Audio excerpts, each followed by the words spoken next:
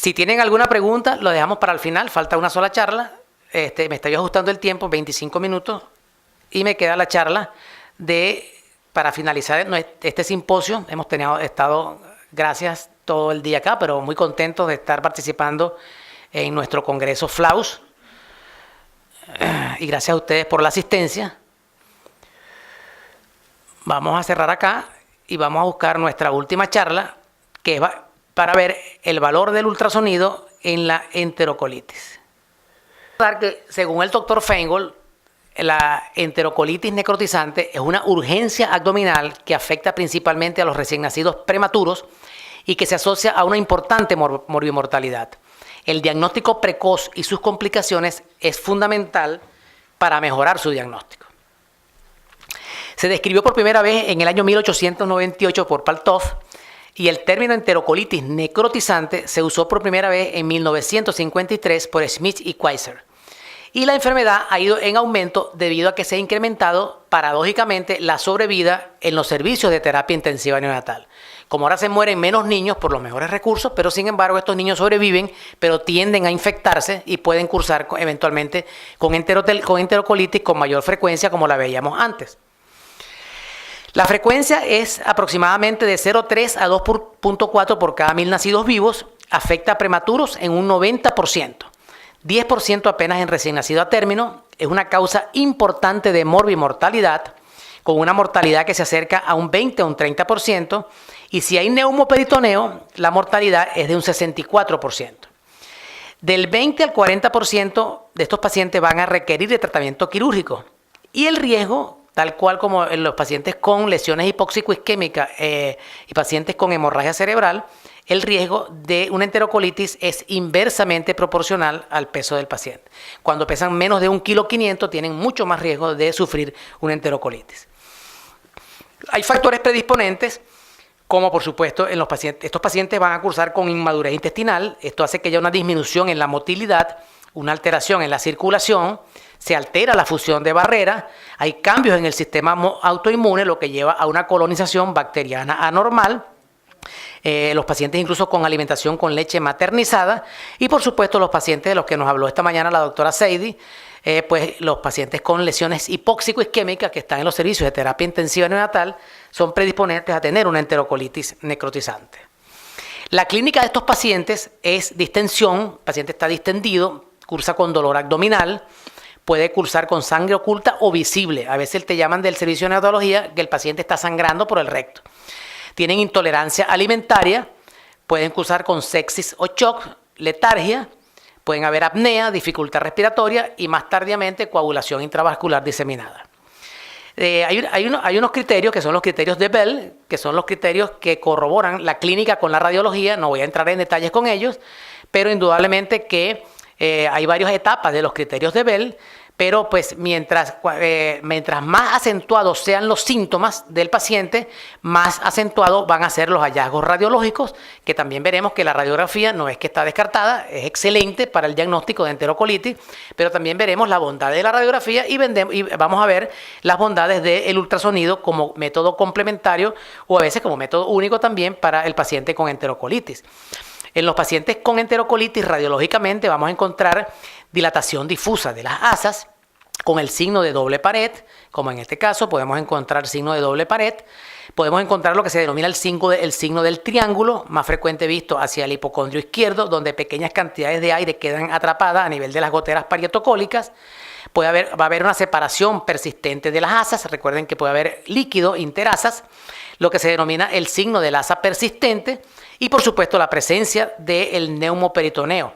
Radiológicamente también podemos ver la presencia de aire en el sistema porta y la presencia del neumoperitoneo. O sea, la radiografía, una imagen sigue siendo una imagen excelente para el diagnóstico de enterocolitis. Y otra cosa importante, la presencia de neumoperitoneo en la placa simple o, como veremos más adelante también ecográficamente, es una indicación absoluta para la intervención quirúrgica. Si a ese paciente usted le ve neumoperitoneo, ese paciente hay que operarlo porque se perforó.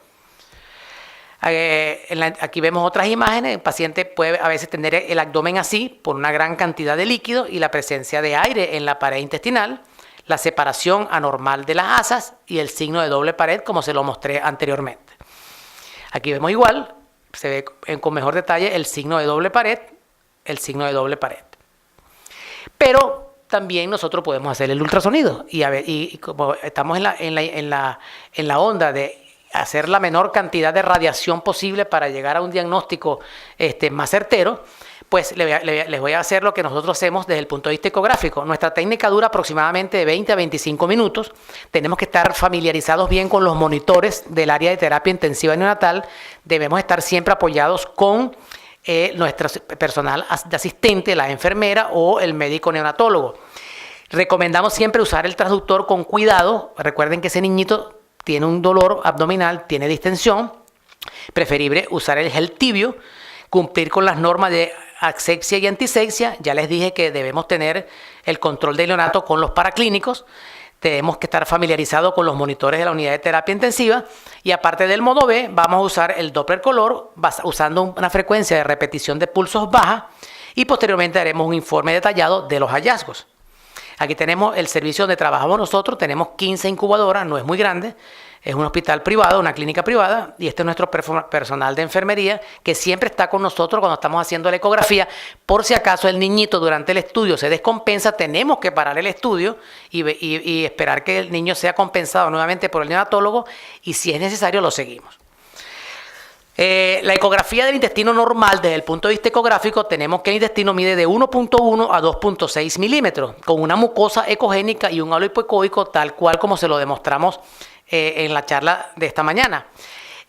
Siguiendo los criterios del doctor Feingold, el peristaltismo, evaluamos si hay contracciones o no del asa, generalmente 10 contracciones por minuto es más o menos lo normal, con velocidades sistólicas bajas en esos vasos de 8 a 10 centímetros por segundo, y cuando colocamos el Doppler color, aproximadamente por cada centímetro cuadrado podemos contar 1 a 2 puntos o 0 a 2 líneas, y puede haber una escasa cantidad de líquido que podría ser normal.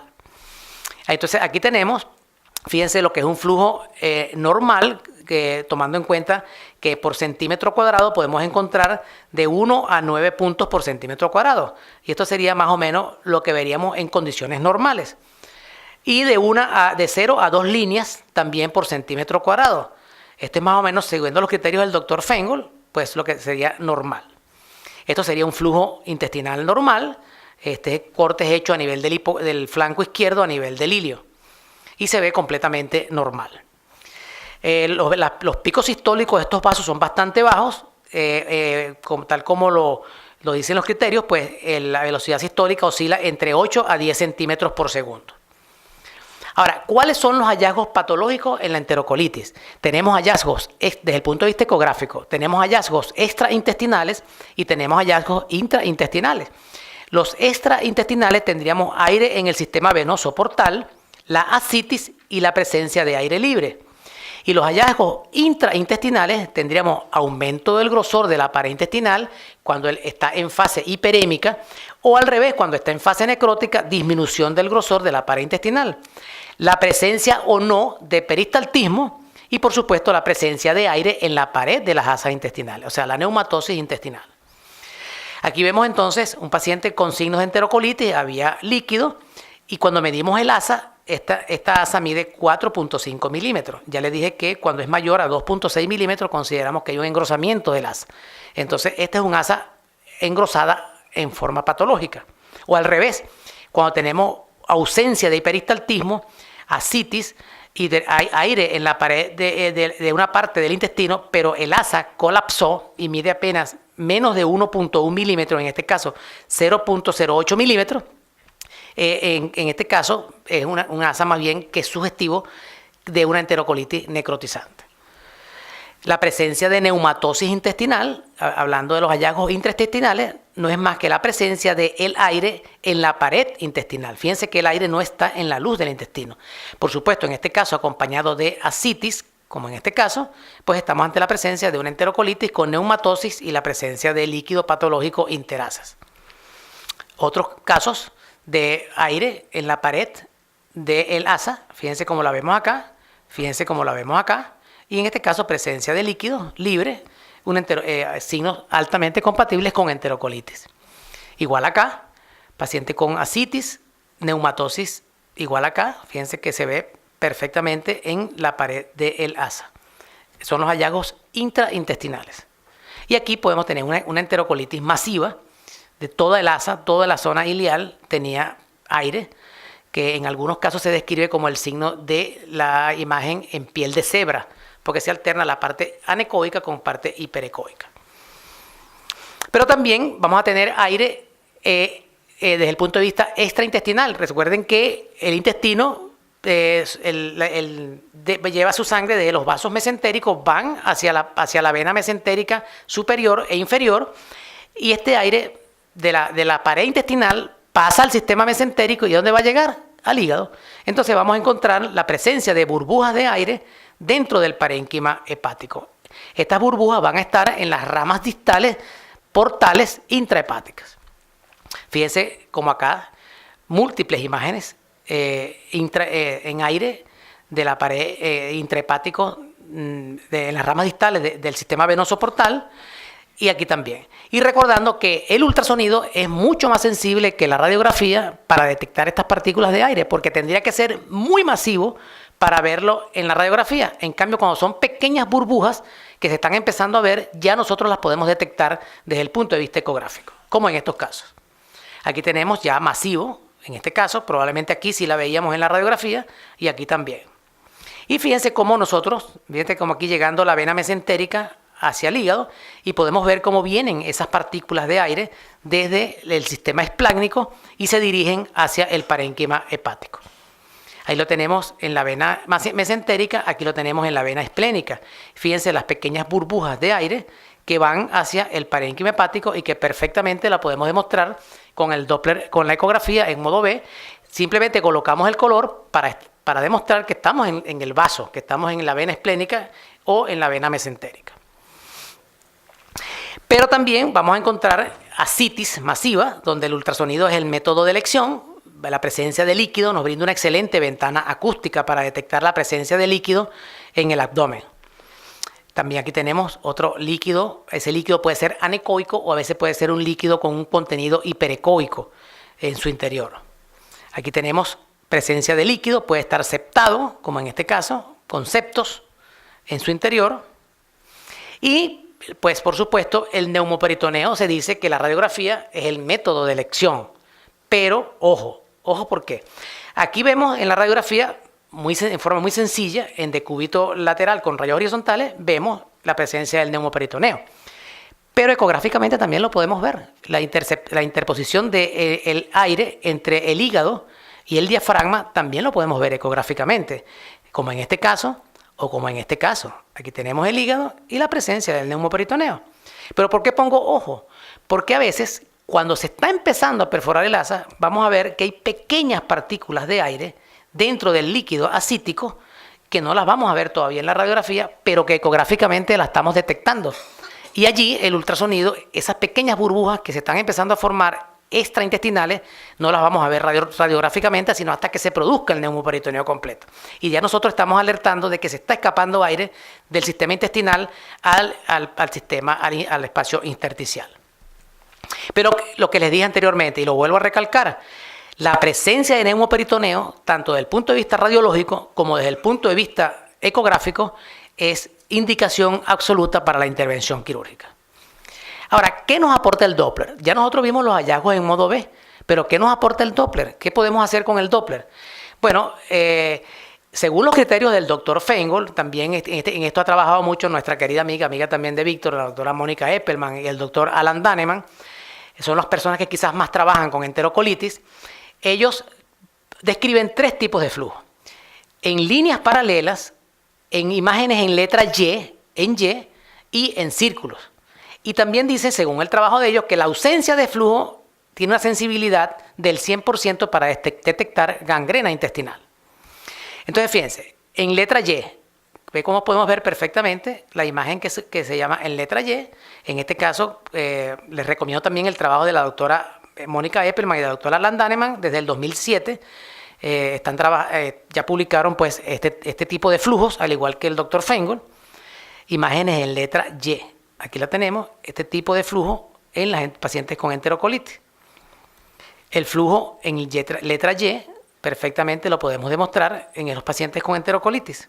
El flujo en círculo, como en este caso, el flujo en círculo alrededor de un asa, por supuesto en fase hiperémica, perfectamente lo podemos demostrar. Aquí tenemos otro paciente con enterocolitis con flujo en círculo. Recuerden que debemos bajar la frecuencia de repetición de pulso lo más que podamos. Y aquí vemos nuestro flujo en círculo. Y fíjense en este caso. Ya vimos las imágenes normales de 1 a 9 o de 2 a 0 a 2 líneas por centímetro cuadrado. ¿Esto es un flujo normal? No, este es un flujo hiperémico. Aquí hay una hiperemia de las asas intestinales, del flujo de las asas intestinales. Este es un paciente con enterocolitis en fase hiperémica. Por supuesto, no está en fase necrótica, pero este flujo, cuando lo vemos así, es completamente anormal. Y al revés, en este caso se los mostré, cuando vemos la ausencia de flujo, como en este caso, lástima que no tengo el video, pero aquí no había peristaltismo, esta asa estaba fija, el grosor de la pared apenas medía, ya se lo había mostrado, apenas 0,8 milímetros, no llegaba ni siquiera a 1 milímetro.